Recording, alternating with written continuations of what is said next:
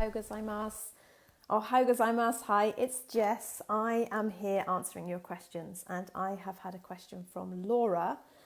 Now, Laura's question is something that happened to me as well. So as soon as I saw this, I thought, yep, I remember that.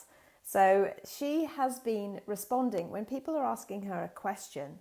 She's been responding with wakarimasen to mean I don't know the answer to that question. However, people are treating it like I don't understand, because wakarimasen can mean I don't understand, but it can also mean I don't know. So what's happening is in a conversation that she's having, they're asking her a question. She doesn't know the answer to that question, but she understands the question. But she's using wakarimasen, and they are then repeating the question again more slowly, or they're trying to, I don't know, use gestures to help her to understand. But that's not the problem. She understands the question, but she doesn't know the answer to the question. So I had the same situation when I lived in Japan. I remember being multiple times, people would ask me questions. I understood the question, but I didn't know the answer to the question. So it might be something, I don't know, what time does the event start? And so they would ask me, "Ibento wa nanji kara desu ka?" So what time does it start? And I would say, wakarimasen, as in I didn't know what time the event started. However, they thought that I didn't understand the questions. They'd be like, "Ibento?" And they would try to help me with that. "Nanji kara desu ka?" And I'd be like, "Wakarimashita, wakarimasen." And I was just getting stuck. So what I then found out was there is a word for I don't know, a verb for I don't know, a verb for knowing, which is shirimasu. So what I should have been using is shirimasen, which is I don't know, rather than I don't understand.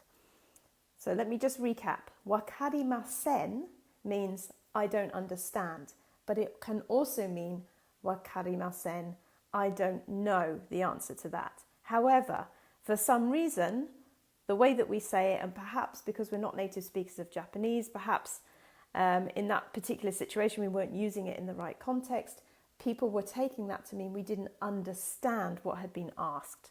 So in that situation, instead of using wakarimasen for I don't know, use shirimasen, because that's more I don't know than I don't understand. So Laura, thank you for your question. I'm glad that you asked, because I had the exact same situation, and yes, at first I didn't know that there was this verb to know, which is shirimasu. So shirimasu and shirimasen, and wakarimasu and wakarimasen. Wakarimasen can mean I don't understand as well as I don't know. But shirimasu and shirimasen is to know and to not know. Okay, so just watch out for those. So wakaru is the short version of wakarimasu, and shiru is the short version of shirimasu. So just watch out for those, and let me know how you get on. I hope that's helped some people, because I remember going around in circles with conversations when I tried to tell people I understood, but I didn't know the answer, but I kept going round and round with wakaru. So I was using the wrong verb, or I was using it in the wrong way. So I hope that helps. If you have any questions, just drop me a message and I will do another video to answer your question. Okay, I'll see you again soon. Mata ne!